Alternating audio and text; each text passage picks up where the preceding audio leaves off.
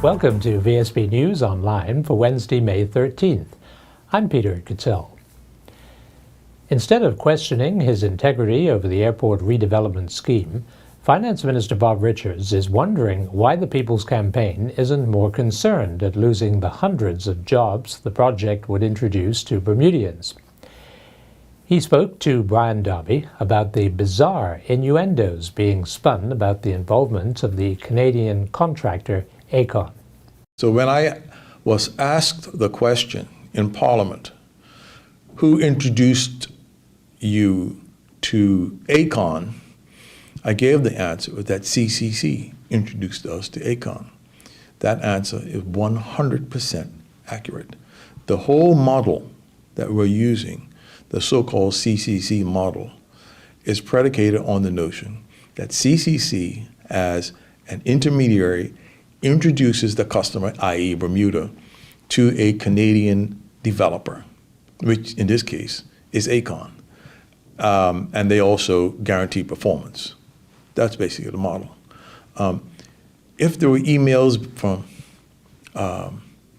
Aecon to CCC before that time, it was because I had announced to the world in Parliament that we are looking to develop this airport on a P3 basis. So they tried to do a deal in a similar deal in Cayman that didn't work for various reasons. So that, they're business people, they're interested in it. But the government of Bermuda had nothing to do with them until we were introduced at that meeting to CCC and Aecon. And did not choose them? Yeah, they chose Aecon, not us. Yeah, that's correct. The presence of Michael Butt on the board, is that of interest more than anything? It's of no interest to me. I don't know the gentleman. I've never met the gentleman. It's of no interest. It could be a positive. I don't know. I mean, look, as far as I'm concerned, when Aecon, when we have this agreement, Aecon are going to have to choose in a transparent way who the subcontractors are. And we'll be ensuring that that's done properly. It's our country. We're going to make sure that's done properly. Whether Mr. Butt is or is not on the board of Aecon matters nothing to me, not one iota. Where do we stand then with the schedule? Well, the schedule has unfortunately slipped a lot. We still have some issues outstanding with Her Majesty's government. And now that I'm back, I'm going to be looking into that. Things kind of got hung up with the UK election. That's over now. We've done some more due diligence that were suggested by them. And I think I'm hopeful that we'll get past that hurdle. But that's been the cause of quite a bit of delay that we've had. Has there been a moment in this whole shebang that you thought, well, this is not worth the political damage it could cause, I'll give this one up for the time being? We're committed to creating jobs. That's the ultimate metric for me. I am the person who stood in front of the Bermuda people and said, we're going to create 2,000 jobs. And so every opportunity that we have to create those jobs, we're going to do so. I just find it totally ironic that the sort of combined opposition that we have in Bermuda don't want these jobs to be created, right? I don't get that. The opposition Progressive Labour Party is calling on the Minister of Finance, E.T. Bob Richards, to resign.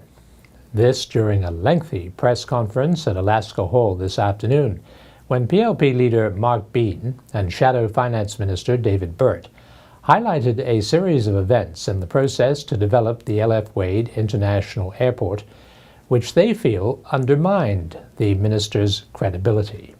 Minister Richards has a choice to make, and Minister Richards can continue on the fact, even today, that he said, and I quote, "The notion that somehow we were doing some sort of deal with Aecon before we met and dealt with CCC is nonsense." When the very fact that in these documents it revealed that companies owned by and associated with Aecon reached out and had discussions with not only the Minister of Finance, but the Department of Airport Operations before CCC was ever brought into the picture. The fact that the Minister of Finance can deny what everyone in this country can read for themselves should prove that he is unfit for his office. It should prove that he is unfit to be Deputy Premier of this country.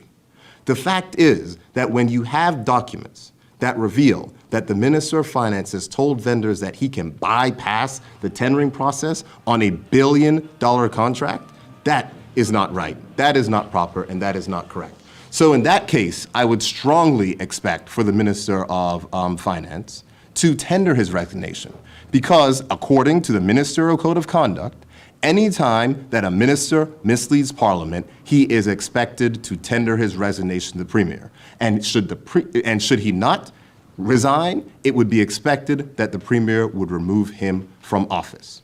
We are going to have a debate on the airport this Friday. Parliament is scheduled to debate the airport this Friday. It is a motion that we laid down. And we would strongly expect that after all of these documents have revealed, that almost, and I would expect everyone in Parliament would agree that the sole source process that this has followed is not correct, not right, not proper, and we should start again with an open and transparent process to make sure that Bermuda gets the best deal possible. The Senate, in an unusual move, considered and passed amendments to the Municipalities Act this morning before they are tabled in the House of Assembly on Friday and later debated.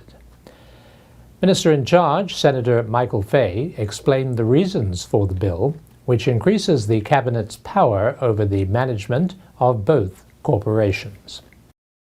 This bill was tabled in the Senate for a very good reason. One, obviously, when we brought the bill, the House of Assembly had already gone down for the Easter session. But what we were looking to do is table the legislation so those that were running in the corporation elections knew exactly what the government's intent was, and for that matter, those that were voting and the wider public, so that there was no there could then be no relevant allegation that said, oh, well, the minister's only trying to put this in place because they don't like a certain party that's been elected or certain individuals. So obviously you've seen that notwithstanding whomever has been elected or into the corporations, that this legislation has progressed. Again, it's not a takeover. What we're doing is putting in pieces to the legislation to give the opportunity for more ministry oversight via the minister responsible for municipalities. In this case, this is me at the moment.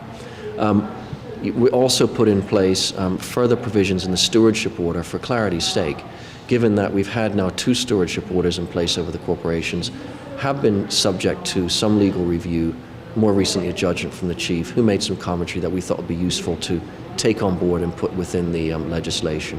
So, this evolves, but I think now we're in a very good space. This should pass in the House, and we can move on. We are very comfortable that we can have a good working relationship, continuing with St. George's as we've always had, and a good working relationship and collaborative efforts with the current administration in Hamilton. You're not of any mind to follow what the PLP tried, and that was to abolish both corporations and take it over? No, and I think it's a very good point, because we hear things, oh, we'll just do it, and I think that that's obviously not what our intent has been the whole time. Otherwise, we would have done that, and probably it would have been a lot easier in terms of administration. But we believe that there's a lot to offer to the City of Hamilton. It's got a long history of corporations and councils, as does St. George's, and it would be a shame to have those removed entirely. I think we now found that happy medium. Before things have to happen, there has to be consultation. It's written into the legislation. I think we're in a good space. It's now going to the House then, so there'll be another debate. It will. It will be laid in the House as a first reading now on Friday, and then it will be taken up thereafter by the members of Parliament. If you have been in the habit of taking the family car down to Horseshoe Bay for a picnic, be warned. What little there was in the way of parking for private cars has been cut back in the interests of our visitors' needs. Brian Darby has the story. Without paying the travelling public the simple courtesy of a proper explanation and heads up, the Ministry of Works and Engineering has altered the parking arrangements at the popular Horseshoe Bay Beach in Southampton. Out goes a large number of the former spaces used by private cars. In come reserved parking areas for motorcycles, minibuses, taxis and handicapped transportation. When we took our camera down to the beach yesterday evening after receiving several complaints from local residents, we found private cars were ignoring the large swath of reserved spots for taxis and handicapped drivers as things were relatively quiet. But during the busy daytimes, when hundreds of cruise ship passengers flock to Horseshoe Bay, there will be strict enforcement of the new arrangements and cars will have to use the higher car park or park at the top of the hill. A government spokesman explained that with 300,000 cruise ship passengers alone expected this year, the need for a disciplined parking system at Horseshoe Bay had become a must. Fine, but since it has been achieved at the expense of the local car-driving family that likes to use the beautiful beach from time to time, there's no excuse for putting it into effect and hoping no one complains. Brian Darby reporting for Vsb News. And we'll be back with more news right after this. The Marketplace Food Court is you and your family's one-stop shop. Start your day at the Breakfast Bar with omelets made to order and traditional Bermuda codfish breakfast. The chefs will cook lunch and dinner to your liking. Along with the salad bar, sandwich bar, sushi bar, and fruit bar, the Marketplace Food Court is your kitchen away from home. Every day is hassle-free with nutritious meals from the Marketplace Food Court. Visit us 7 days a week. Homemade cooking, quality service, all at prices you can count on. Belco wants a hike in the price of electricity, and its owner, the Ascendant Group, yesterday announced it would be seeking permission from the energy regulators for the rise after years of holding the line or making cuts. In its annual report, the Ascendant Group reveals it has just completed its 5th consecutive year in which electricity sales have fallen, further eroding its revenues. Chris Lodge reports. In its earnings statement, Ascendant said Belco's return on equity was unacceptably low because revenues had slumped with declining electricity demand while cash flows were strained under increasing operating costs and capital outlays needed to maintain its aging generators. It says Belco will shortly be submitting a rate filing to Bermuda's Energy Commission to adjust tariffs in order to achieve an acceptable rate of return that will allow it to continue to provide reliable service and attract investment for needed electricity infrastructure. Ascendant Group Chief Executive Officer Walter Higgins saying Ascendant Group continues to grapple with the effects of Bermuda's prolonged economic recession, rising healthcare costs, aging electricity infrastructure, and increased competition across all lines of business. Ascendant saying the decline in electricity consumption is driven primarily by the departure of both Bermudians and the non-Bermuda workforce as international companies consolidate operations outside of Bermuda or reduce the level of staffing on the island. Ascendant also announcing it will submit plans to government this year to convert its infrastructure to change Belco's primary fuel to natural gas instead of fuel oil.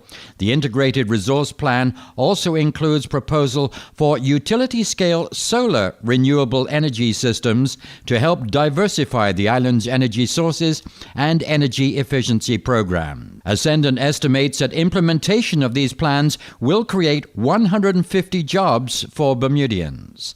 I'm Chris Lodge, VSB News. Government has come up with the original idea of consolidating its piecemeal and cumbersome appeals and tribunals system into one legislative body. Home Affairs Minister Senator Michael Fay wants to start the pilot scheme in his ministry, concentrating on immigration, planning, labor relations, and human rights. Having taken the reins of government is the number of tribunals that we're having to man. And it's very difficult at times to actually get people with the requisite expertise and time to man these tribunals, not to mention the kind of costs that are involved in respect of having clerks of these tribunals and then waiting for the administration of justice to find its way through. Obviously, a lot of these are then subject to appeal either to the Supreme Court, to ministers, or in some circumstances, even the governor. So what we're looking at as a pilot through our Ministry of Home Affairs is to really spend some time identifying what the true needs are in terms of these tribunals. And if we can find one full-time adjudicator perhaps to take on a number of different areas, that might be very helpful for the administration of justice. The intent is to then work very closely with Community Culture and Sport and the Ministry of Legal Affairs to widen that scope perhaps to things like the Human Rights Commission and some of these other tribunals where things are taking a very long time because of conflict and lack of expertise. Now that's immigration, planning, human rights. How about labor? Yeah, I think we're going to start looking with employment and some of the labor tribunals. And again, this is all subject to just a preliminary thought process. No decisions of any kind have been made because we really need to start talking to our stakeholders, going out there and seeing what they think some of the issues are. You recall that we are still working slowly, but working on major labor legislation reform in any event, which will take us down some of that road as well. 6 local charities will benefit from this year's Triple Challenge to the tune of over $55,000. Reed Robinson, in making the presentation in Hamilton's Victoria Park, acknowledged representatives from Big Brothers Big Sisters, New Beginnings Educational Trust, Somerset Primary PTA, the Sunshine League, and Knowledge Quest, and Rally Bermuda. The Sunshine League's Dr. Glenn Ferries accepted the check on behalf of the group. And now we turn to Earl Baisden with the latest from the sports desk. The Great Sound was a buzz yesterday as Artemis and Orko graced the seas with their 45-foot catamarans. On a glorious day to be on the water, the two boats perform maneuvers up and down all over the Sound, with motorists stopping at times to admire the two boats traveling at high speeds. Both crews are expected to remain on the waters in Bermuda doing their training in anticipation of the 2017 America's Cup. The second round of the Bermuda Golf Association Senior Championships was completed at the Riddles Bay Golf and Country Club, mirroring day one's conditions of sunny skies and a light breeze. Herb Trott is now the leader in the men's championship division after he shot a second round 5 over par 75 and sits at 8 over par overall. Trott's round consisted of 1 birdie, 11 pars, and 6 bogeys. Arthur Jones, the defending champion, shot a second round 7 over par 77 and is now at 10 over par overall. Tony Ravenda, a visitor from Canada, is in third at 15 over par. In the ladies division, Katrin Burney is leading the field after 36 holes, shooting a second round, 9 over par 79, and is 17 over par overall. Burney holds a 15-stroke lead over Ann Simons, who shot a second round, 18 over par 88, and is now at 32 over par overall. Carol Jones sits at 39 over par overall in third place. Following the recently concluded ICC Americas Division I 2020 tournament in Indianapolis, VSB Sports can now bring you the stats from the tour. David Hemp was the overall top scorer for Bermuda with a total of 157 runs from 168 deliveries. He had a total of 58 singles, 13 doubles, 5 threes, 13 fours, and 1 6. He also held on to a catch. Captain Gennaro Tucker scored a total of 128 runs off of 133 deliveries. He racked up 49 singles, 18 doubles, 3 threes, 4 fours, and 3 sixes. Christian Burgess finished with a total of 72 runs. Jacoby Robinson grabbed a total of 6 wickets to lead the Bermuda team in the bowling department. Tucker grabbed 5 wickets, while Delray Rollins and Dion Stovall both took 4 wickets each. Robinson bowled a total of 22 overs, giving up 110 runs, while Tucker bowled 15 overs for 84 runs. Rollins bowled 24 overs, giving up 130 runs, while Stovall bowled 18.2 overs, giving up 99 runs. Meanwhile, Christian Burgess, along with 5 other up-and-coming young cricketers from across the Americas, have been rewarded with the opportunity of a lifetime with a chance to make their mark in the 2015 Caribbean Premier League 2020 tournament.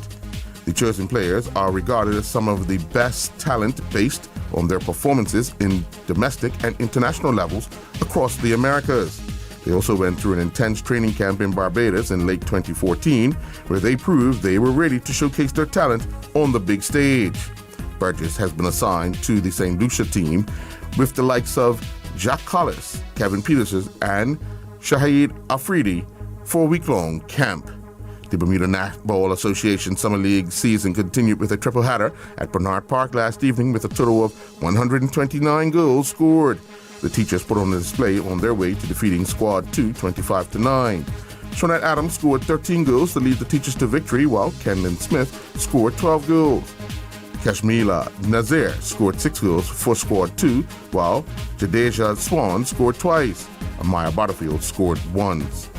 In other matches, Squad 1 defeated BPSU 42-15. Squad 1 were led to victory by Amali Smith with 26 goals. Nori Robinson added 11 goals, while Zayna Simmons scored 5. Victoria Trott scored 8 goals for BPSU, while Alex Dolan scored 4 times and Renee Dellis scored 3 times. Family defeated the PHC Lady Zebras 20-18. Jalen Hines scored 10 goals to lead Family to victory, while Rose Sanders scored 5 goals.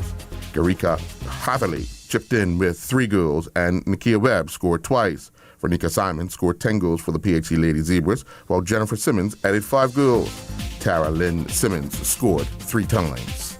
And we'll be back right after this. The Belco Cup is fast approaching with the semifinals and finals this weekend, May 16th and 17th. The semi-final matches will be played at the Somerset Cricket Club and Lords in St. David's. Join the Voice of Summer on Mix 106, where you will hear all the action.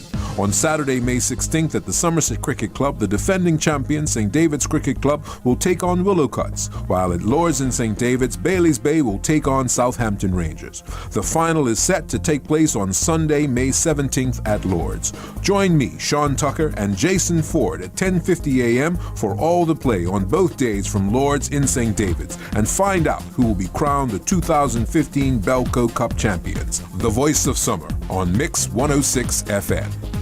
Be there. Welcome back. Patrick Nisbet began competing at the Al Toquet International Horse Jumping event in France. Competing in the 1.50 meter table A class, Nisbet, riding Farah Van Ketchlup, finished 24th. The pair clocked a time of 83.96, but they had 4 penalty fault points. During the 1.30 meter two-phase class, Nisbet and Quick Z finished 20th. The pair clocked a clear round time of 44.55. Nisbet and Da Vinci won the 1.20 meter two phases class, clocking a clear round time of 77.56. Dominique Mayo finished 6th competing in France. Mayo, in his latest race while taking part in a development camp in Belgium, competed in the Noorpass Juniors Championship. The race covered a distance of 134.78 kilometers, with 69 riders going to the start line. I'm Earl Baisden reporting for VSB Sports. Looking at the weather for Thursday, May 14th, there will be sunny breaks, chance of morning thunder, with showers easing later. Winds will be west-southwesterly and moderate, veering northwesterly light to moderate during the morning, becoming northerly during the afternoon. We are expecting a high near 74 Fahrenheit and a low near 64 Fahrenheit. This weather forecast is the courtesy of the Bermuda Weather Service. Thanks for watching VSB News Online for Wednesday, May 13th. I'm Peter Cattell.